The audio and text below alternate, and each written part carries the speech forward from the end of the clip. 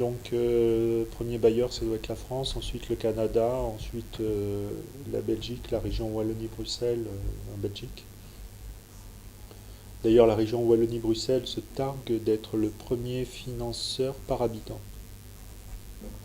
En termes de ratio, la Suisse un peu, et puis voilà, après des États africains. Le Gabon est un bon contributeur, etc. Enfin, bon.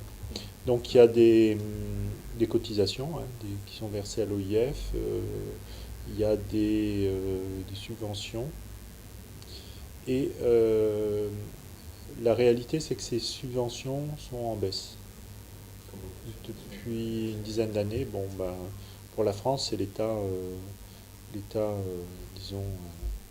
de délabrement de notre économie qui fait que.